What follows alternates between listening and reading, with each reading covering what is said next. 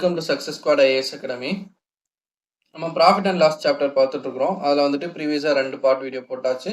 So third part வீடியோவில் நம்ம type 2 sums வந்துட்டு சால்வ் பண்ண போகிறோம். ஸோ டைப் 2 சம்னா என்னன்றது நான் ஃபர்ஸ்ட் வீடியோலேயே நான் எக்ஸ்பிளைன் பண்ணியிருந்திருப்பேன். இருந்தாலும் இன்னும் தெளிவாக வந்து சம் சால்வ் பண்ணும்போது எக்ஸ்பிளைன் பண்ணுறேன் அப்படின்னு நான் சொல்லியிருந்தேன். ஸோ ரொம்ப ரொம்ப சிம்பிளான கான்செப்ட், ஒரே ஒரு கான்செப்ட் தான் அதை யூஸ் பண்ண போகிறோம் அந்த டைப் 2ல். சரியா, என்னன்னு பார்த்தீங்க அப்படின்னா இந்த கொஸ்டின் வந்து பாருங்கள். A dealer sold 2 types of goods. சரியா, 2 வகையான பொருளை வந்து விற்கிறாரு ஒருத்தர். For ₹10,000 each. அதாவது 2 பொருள் இருக்குது, ஏ அப்படின்ற பொருள் இருக்குது, பின்ற பொருள் இருக்குது. ரெண்டுமே 10K விற்கிறாங்க. சரியா, 10,000 விற்கிறாங்க. அதில் ஒன்றில் வந்துட்டு அவன் வந்து லாஸ் வந்து ஃபேஸ் பண்ணுறான். So he lost 20%. இப்போ ஏன்ற பொருளை வந்து 10,000 விற்கும்போது அவனுக்கு லாஸ் வந்து 10% லாஸ் ஏற்படுது. அதே இது பீன்ற பொருளை அவன் விற்கும் போது 20% கெயின் பண்ணுறான். 20% கொடுத்துருக்குறாங்க. ஸோ ஃபஸ்ட்டு 10,000 விற்கும் போது ஒரு பொருளில் 20% லாஸு, இன்னொரு ப்ராடக்டில் 20% ப்ராஃபிட். ஸோ அப்படின்னு இருக்கும்போது அவனுடைய கெயின் ஆர் லாஸ் பர்சன்ட் எவ்வளோ, ஸோ அந்த மொத்த டிரான்சாக்ஷனில் எவ்வளோ அப்படின்னு கேட்குறாங்க. இப்போ வந்துட்டு ஒரு கடை இருக்குதுன்னு வைங்க. இப்போ வந்து டிவி, ஃப்ரிட்ஜ், ஏசிலாம் இருக்குது இல்லையா. ஸோ அந்த கடையில் ஒரு ப்ராடக்ட் வந்து 10,000 விற்கிறாங்க. அதில் அவங்களுக்கு வந்துட்டு 20% லாஸ் ஏற்படுது. இன்னொரு ஆள் வராரு, அவர் வந்துட்டு ஒரு ஏசி வந்துட்டு 10,000 வாங்குறாரு. ஸோ அவர்கிட்ட வந்து 20% ப்ராஃபிட்டில் வச்சு விற்கிறாங்க. அப்படின்ற போது ஸோ இந்த மொத்த டிரான்சாக்ஷனில் அவங்களுக்கு எவ்வளோ சதவீதம் லாஸ் அல்லது ப்ராஃபிட் ஏற்பட்டிருக்கும் அப்படின்னு கேட்குறாங்க. ஸோ இந்த மாதிரி தான் இருக்கும். ஒரு 20% லாஸ், 20% ப்ராஃபிட், அல்லது 10% லாஸ், 10% ப்ராஃபிட், இப்படி தான் இருக்கும். ஸோ அந்த 10,000 அப்படின்றது நமக்கு தேவை கிடையாது. சரியா, இதெல்லாம் விட்டுருங்க. ஸோ இந்த லாஸ் பர்சன்டேஜ், ப்ராஃபிட் பர்சன்டேஜ் இந்த மாதிரி கொடுத்துருப்பாங்க. ஸோ இந்த மாதிரி சம்ம சால்வ் பண்ணுறதுக்கு எப்படி சால்வ் பண்ணுறதுக்கு அப்படின்னா ஒன்றுமே இல்லை, y²/100 இல்லைனா சில பேர் x²/100 அப்படின்னு சொல்லுவாங்க. இவ்வளோதான் ஃபார்முலா. இந்த y² அப்படின்னா என்னென்னா, இந்த ஒய் அப்படின்றது இந்த ப்ராஃபிட் இருக்கு இல்லையா, 20 இருக்கு இல்லையா. ஸோ ரெண்டுமே ஈக்குவலாக தான் கொடுப்பாங்க. 20% லாஸ், 20% ப்ராஃபிட் அப்படின்னு சொல்லிட்டு ஈக்குவலாக தான் கொடுப்பாங்க. ஸோ அதை தான் வந்து நம்ம 2 டைம் மல்டிப்ளை பண்ணுறோம். 20 × 20, அதான் வந்து y² சொல்கிறேன். ஸோ ஒய் அப்படின்றது இங்கே 20, சரியா, by 100. So 0 0 0 0 cancel, 2 2s are 4%. இன்னொரு முக்கியமான விஷயம், எப்போவுமே இந்த மாதிரி சம்மில் லாஸ் மட்டும்தான் வரும். சரியா, அப்போ ஆன்சர் என்ன, 4% லாஸ். இந்த மாதிரி வந்து 20% லாஸ், 20% ப்ராஃபிட், 10% ப்ராஃபிட், 10% லாஸ் அப்படின்னு சொல்லிட்டு ஈக்குவலாக அந்த மாதிரி வருது இல்லையா. ஸோ அப்படி எல்லா சம்முக்குமே வர்றது y²/100 தான் கண்டுபிடிப்போம். இது எப்போவுமே வந்துட்டு லாஸாக மட்டும்தான் இருக்கும். சரியா, ப்ராஃபிட்டாக இருக்காது, லாஸாக மட்டும்தான் இருக்கும். இது ஞாபகம் வச்சுக்கோங்க. சரியா, இது வந்துட்டு ஈஸியாக நம்ம நார்மலாக சால்வ் பண்ணுறது. இதே பெர்சன்டேஜ் சாப்டர் வச்சு நம்ம ஃபஸ்ட்டு டைப்னு சொல்லியிருப்போம். பெர்சன்டேஜ் இன்க்ரீஸ், பெர்சன்டேஜ் டிக்ரீஸ் அப்படின்னு சொல்லிட்டு ஒரு மாடல் சொல்லியிருந்திருப்பேன். அதை பேஸ் பண்ணி இதை சால்வ் பண்ணலாம். எப்படி சால்வ் பண்ணுவோம், இப்போ 20% இன்க்ரீஸ்னால் நம்ம என்ன பண்ணியிருந்திருப்போம், ஸோ 1.2ன்னு போட்டிருந்திருப்போம். இன்ட்டு 20% டிக்ரீஸ் அப்படின்னா 100ல் 20 போச்சுன்னா 80, அப்போது 0.8ன்னு போட்டிருந்திருப்போம். ஸோ அப்போ என்ன பண்ணியிருந்திருப்போம், 12 × 8ன்னு மல்டிப்ளை பண்ணுவோம். 8 2s are 16, 6 remainder 1, 8 1s are 8 + 1 9. So அப்போ 96ன்னு வரும். இங்கே 2 டிஜிட் தள்ளி புள்ளி வைக்கிறதுனால இங்கே 2 டிஜிட் தள்ளி புள்ளி வைக்கிறோம். ஸோ அப்போ 0.96 அப்படின்னா நமக்கு என்ன வரும், 4% லாஸ்ன்னு வருமா. ஸோ சேம் தான், இங்கே வந்து மல்டிப்ளை பண்ணுற வேலையெல்லாம் நிறைய இருக்குது. இது போட்டிங்கன்னா உங்களுக்கு ஈஸியாக வந்து டேரெக்டாகவே எத்தனை சதவீதம் லாஸ் அப்படின்றது டேரெக்டாகவே வந்துடும். சரியா, ஸோ 2 மெத்தட்லேயே நான் வந்து உங்களுக்கு சால்வ் பண்ணி காமிச்சிருக்கிறேன். ஸோ வந்து ரெஃபர் பண்ணிக்கோங்க, நோட்ஸ் எடுத்துக்கோங்க. நெக்ஸ்ட்டு சேம் மாடல் தான். ஒருவர் 2 வீடுகளை ஒவ்வொன்றையும் 2 லட்சம் ரூபாய்க்கு விற்கிறார். சரியா, 2 லட்சம் ரூபாய்க்கு விற்கிறார். போன சம்மில் 10,000 விற்றாருன்னு பார்த்தோம். இங்கே 2 லட்சம் ரூபாய்க்கு வீடு விற்கிறாங்க. ஒரு வீட்டில் வந்துட்டு 10% லாபம் கிடைக்குது. சரியா, மற்றொரு வீட்டில் இருந்து 10% நஷ்டம் கிடைக்குது.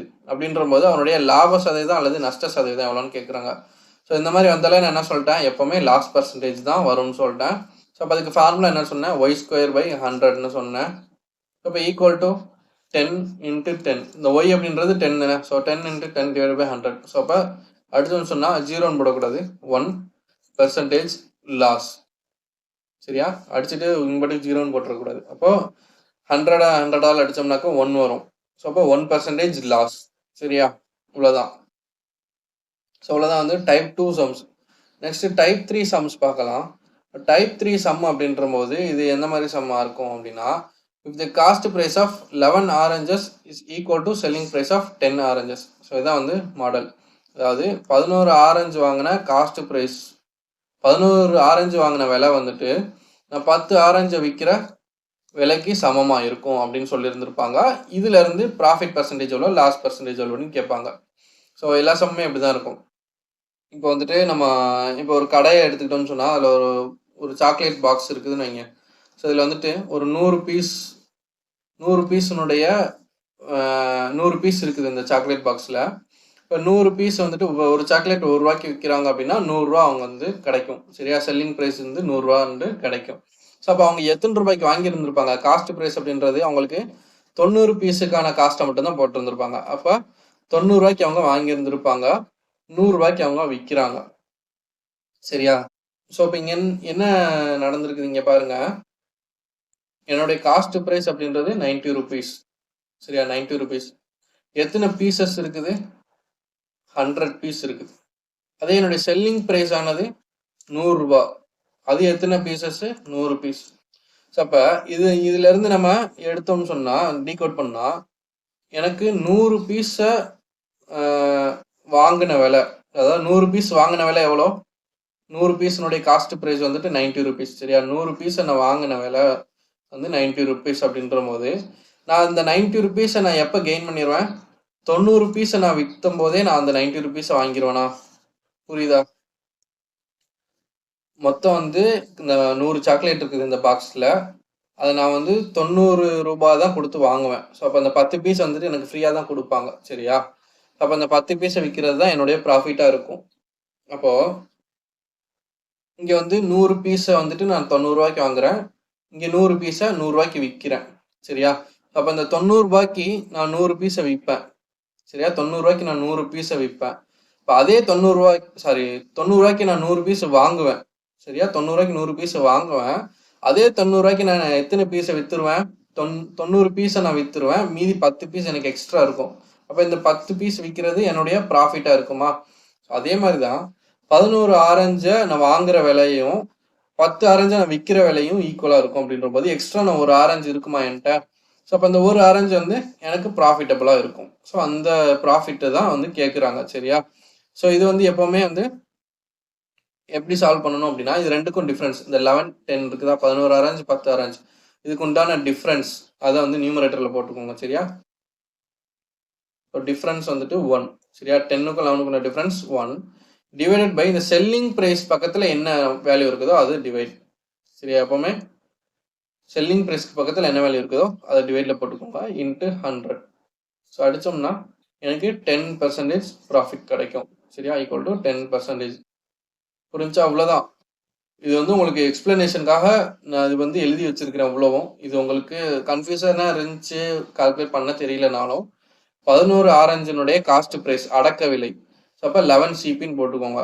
10 ஆரஞ்சினுடைய செல்லிங் ப்ரைஸ் விற்கிற விலை 10 எஸ்பின்னு போட்டுக்கோங்க. இது ரெண்டுக்கும் உள்ள வித்தியாசம் என்ன, அதை நியூமரேட்டரில் போட்டுக்கோங்க. டிவைட் பை இந்த செல்லிங் ப்ரைஸ்க்கு பக்கத்தில் என்ன வேல்யூ இருக்குதோ அதை டிவைடில் போட்டுக்கோங்க. ஸோ அதை வந்து நம்ம இன்ட்டு 100 போட்டோம் அப்படின்னா நமக்கு பெர்சன்டேஜில் கிடச்சிரும். சரியா, நெக்ஸ்ட் இங்கே பாருங்க, 21 பொருட்களின் அடக்க விலை 18 பொருட்களின் விற்பனை விலைக்கு சமம். இப்போ 21 பொருட்களினுடைய அடக்க விலைனா 21 சிபி. சரியா, இப்போ காஸ்ட் ப்ரைஸ் ஆஃப் 21 ப்ராடக்ட்ஸ், 21 ப்ராடக்டினுடைய cost price equal to selling price of 18 products. அப்போ 18 ப்ராடக்டினுடைய செல்லிங் ப்ரைஸ். இப்போ என்ன பண்ணணும், ரெண்டுக்குள்ள டிஃப்ரென்ஸ் என்ன, 21க்கும் 18க்கும் difference 3 divided by 18 into 100. 3 6 are 18. 100 by 6 16.66. So அதான் வந்துட்டு என்ன பர்சன்டேஜ், ப்ராஃபிட் பர்சன்டேஜா லாஸ் பர்சன்டேஜா அப்படின்னு பார்க்கும்போது 21 ப்ராடக்ட் வாங்குறத 18 ப்ராடக்ட்லேயே எனக்கு கிடச்சிருது. ஸோ இப்போ 18 ப்ராடக்ட்லேயே கிடச்சிருது அப்படின்ற போது எக்ஸ்ட்ரா எனக்கு 3 ப்ராடக்ட் இருக்குது. அப்போது இது வந்து ப்ராஃபிட். சரியா, இதையும் பார்த்துக்கணும், எப்போ ப்ராஃபிட் வரும் எப்போ லாஸ் வரும் அப்படின்னு. நெக்ஸ்ட் சம் பாருங்க. இப்போ எனக்கு 12 ப்ராடக்டை விற்கிற விலை வந்துட்டு cost price of 12 products equal to selling price of 16 products. சரியா, ஸோ இப்போ 12 பொருள் வாங்குற விலை, அந்த அடக்க விலை வந்துட்டு 16 பொருள் விற்கிற விலைக்கு ஈக்குவலாக இருக்குது. இப்போ லாஸா நஷ்டமா அப்படின்னு கேட்குறாங்க. என்ன பண்ணுவோம், ரெண்டுக்கும் டிஃப்ரென்ஸ் என்ன, 16க்கும் 12க்கும் 4. டிவைட் பை செல்லிங் ப்ரைஸ்க்கு பக்கத்தில் என்ன இருக்குது 16 இன்டூ 100. இப்போ 4 4s are 16, 4 ஆல் அடித்தா 25. ஸோ எனக்கு 25% கிடச்சிருச்சு. இப்போ லாஸாக ப்ராஃபிட்டான்னு கேட்டால் நான் 12 பொருள் வாங்கியிருக்கிறேன் சரியா, அந்த விலை 12 பொருளை வாங்கின விலைக்கு நான் 16 பொருளை விற்க வேண்டியதாக இருக்குது. அப்போ எக்ஸ்ட்ரா நான் 4 பொருள் எக்ஸ்ட்ரா நான் விற்கிறேன் என் இது செலவில் இருந்து அப்படின்ற போது எனக்கு லாஸ் வந்து ஏற்படும் சரியா. அப்போ 25% லாஸ். புரிஞ்சா? ஸோ இவ்வளோதான் வந்துட்டு டைப் 3 சம்ஸ். நெக்ஸ்ட் வந்துட்டு டைப் 4 வந்துட்டு டிஸ்கவுண்ட் பேஸ் பண்ணி வரும். இந்த டைப் 4 அண்ட் டைப் 5 சம்ஸ் அதை வந்துட்டு நம்ம நெக்ஸ்ட் வீடியோவில் பார்க்கலாம். இந்த வீடியோ பிடிச்சிருந்துச்சுன்னு சொன்னால் லைக் பண்ணுங்கள். ஸோ யாரெல்லாம் வந்துட்டு இந்த எக்ஸாமுக்கு ப்ரிப்பேர் பண்ணுறாங்களோ அவங்களுக்கு வந்துட்டு ஷேர் பண்ணி சப்ஸ்கிரைப் பண்ண சொல்லிக்கோங்க. நம்ம சேனல் வந்து சப்போர்ட் பண்ணுங்கள். தேங்க்ஸ் ஃபார் வாட்சிங் சக்ஸஸ் ஸ்குவாட் IAS அகாடமி.